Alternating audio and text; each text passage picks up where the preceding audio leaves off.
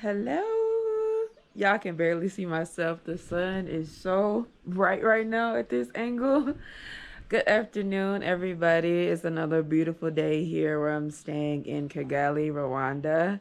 So, I'm gonna do a little bit of a different video. So, as I told you guys, though, I love travel. I also absolutely love mental health or a psych or things pertaining to someone's mental state as far as like the way you think, the types of decisions and stuff you make in life, right? So, since I get this often, because I'm so tired of people asking me the same shit, um, are you single? Are you in a relationship, right? So, I will say this for anybody, whether if you're single or if you're in a relationship, the main question is, are you happy? Not fake being happy when you're in public, but behind closed doors, are you happy? Because time and time again, whether if it's an Offset and Cardi B situation, or if it's a Papoose and Remy Ma situation, or even if it's a Leanna and Travis Hunter situation, just because somebody's in a relationship, that doesn't mean that they're necessarily relationship goals or they're necessarily happy or you feel like you got to rush into a relationship just to make yourself happy. Because a lot of these people, and not, definitely saying these specific couples, but just even your every regular day, every going people, I see too often is people that's been married for like 20, 30 years. And yeah, for the public, they put on like this facade that they happy. But behind closed doors, the wife is cheating, the husband's cheating, it's real toxic. Don't nobody want that. I know I don't want that, right? So I think that's the problem with society, you know what I mean? Like always trying to like keep up with the Joneses, so to speak. I'm a huge fan of Remy. As you guys know, I'm a huge fan of Pap, so I'm going to be very unbiased to both of them. But I hate it because I think everybody needs a one-on-one lesson when it comes to narcissism and how that works, whether if it's a female or male that you're dealing with, or everyday friend, family member, co-worker, or whoever in society. I think they should implement this in schools because in today's world, we live in a very like narcissistic promoted type of society, if you know what I mean. Just to give people like a basic one-on-one understanding of what it is that they're dealing with when they enter relationships with people like this or personality types like this, and they have absolutely no idea what they're dealing with, right?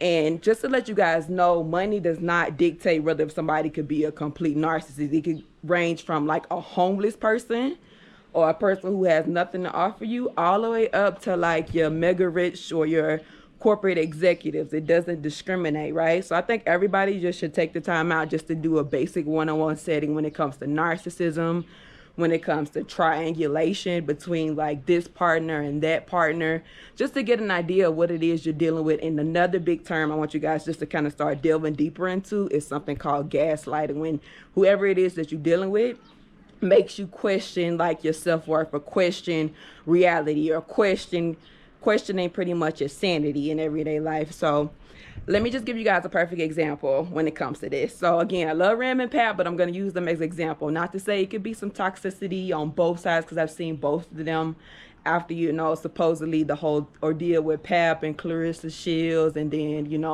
the dude that Remy's with now, right? So when it comes to Remy, I think everybody know her background, so she did some time in prison, right? For like allegedly shooting a friend in the stomach. So versus she got like a bad rep amongst the public. So no matter what she say and do, even if she like got proof to defend herself, but because of the things that goes hand in hand when it comes to narcissism, enablers, people hopping on a bandwagon, people hopping on a smear campaign, even if you got proof, no matter what she says, because of their reputation that she already has, people always are going to give her like, the worst as far as like feedback. They automatically like, attack her, criticize her, no matter what she say and do, just like they did on social media when she called herself Alan Papoose. Versus somebody like Pap, this is the thing when it comes to people who are narcissists. They always have a good reputation everybody knows them as, oh, he's such and such, he would never do that. Oh, she's such and such, she's such a good person, she would never do that. So for somebody like him, he was known as like the perfect partner, and every day he was visiting Remy every single day while she was behind bars, is what she said. So people have that mentality amongst the public when it comes to somebody like Papoose. It's like no matter what he say and do, oh, he must be the innocent person because he got that reputation already built up, right? But again, if you know how narcissism kind of works, that's what they tend to kind of do. I'm not saying Pap is a narc, but I'm just telling you that's exactly what it comes hand in hand when it comes to dudes or girls or whomever it is you're dealing with that can be a narc. Like they can always have like this perfect personality, perfect reputation. Oh, she's a great mother. Oh, he's a great father amongst the public. But behind closed doors, they can be completely like just monsters, you know what I mean? And the public will be oblivious to it because they built this perception of seeing that person always in a positive light. So when someone tends to tell them the truth regarding how that person really is behind closed doors, the public is like harder to believe them, unfortunately. That's usually what happens with like narcissistic personality types, right? And we could get into borderline personality types on another day, but I'm just specifically using like Rem and Pap's situation as a perfect example. So again, since Rem has a negative reputation because of what she got sent to prison for, versus somebody like Pap who has that positive reputation, no matter what he say and do, people are 9 times out of 10 gonna gravitate towards him and believe anything, you know, he say and do. And we can reverse the roles if it would have been a matter of like Pap having a bad or then like Rem having like a good background. So it doesn't dictate. It can be women can be just as nasty as men. So it's no discriminating whether if somebody's like a narc, whether if it's like a male or if it's a female. So ask yourself that, like, if you in a relationship with somebody, you know, are you actually happy? And live in a society, because have you ever heard of that saying that we all know, misery loves company? So a lot of people, when they're not happy, they feel like everybody should just be, you know, miserable or stuck in a rut like them. You get what I'm saying? So don't let nobody peer pressure you into doing nothing that you know that doesn't serve your better good. You know what I mean? Especially when it comes to like something that can change your life forever. You get what I'm saying?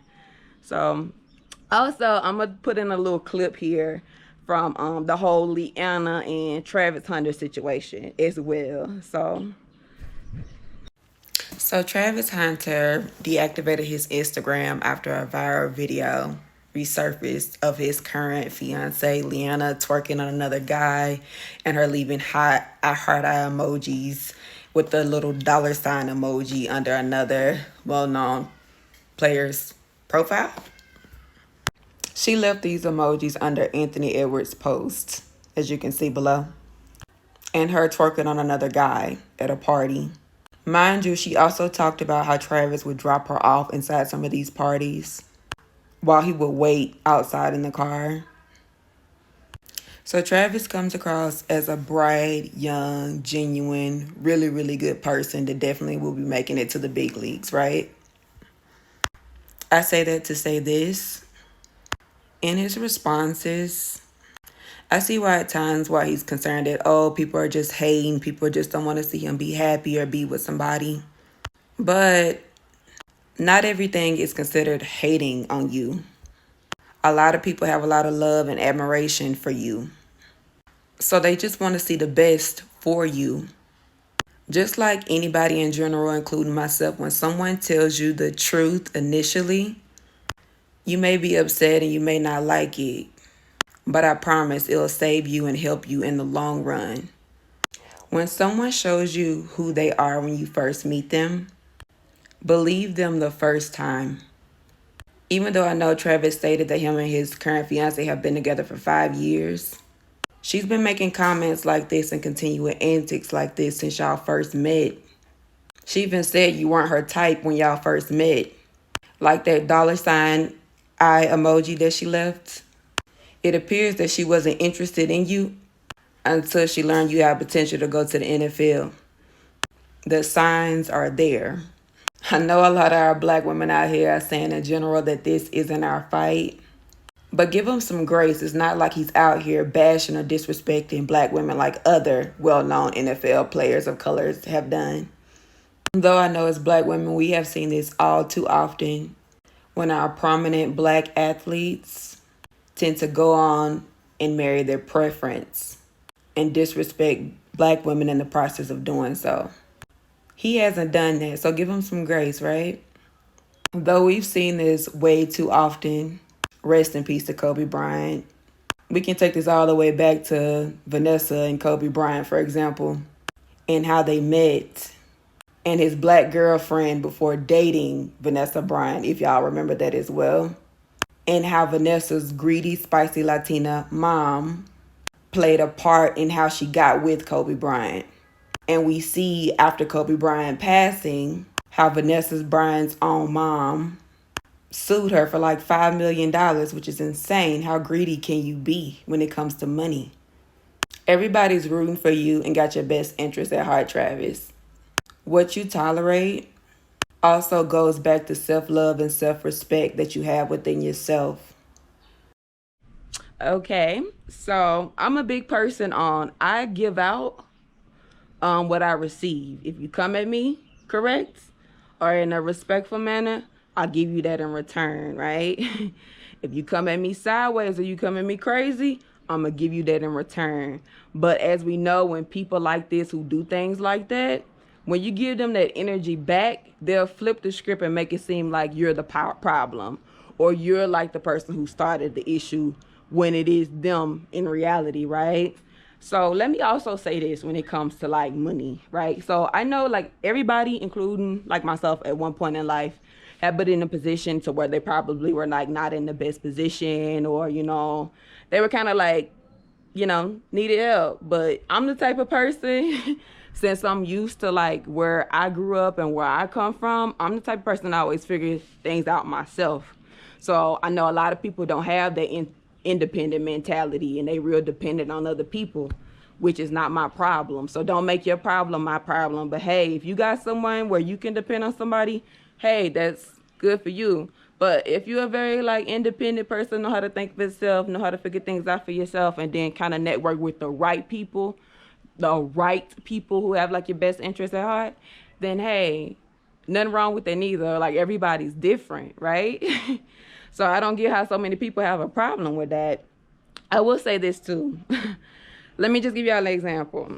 So let's say if you were real disrespectful, entitled, and, you know, type of person, and you don't even have like money to like use a Uber or pay for like dinner, but have the audacity to ask me as a woman, well, can you cook? Can you clean? But also, babe, can you pay for my food? Can you pay for my Uber? Can you borrow me some money?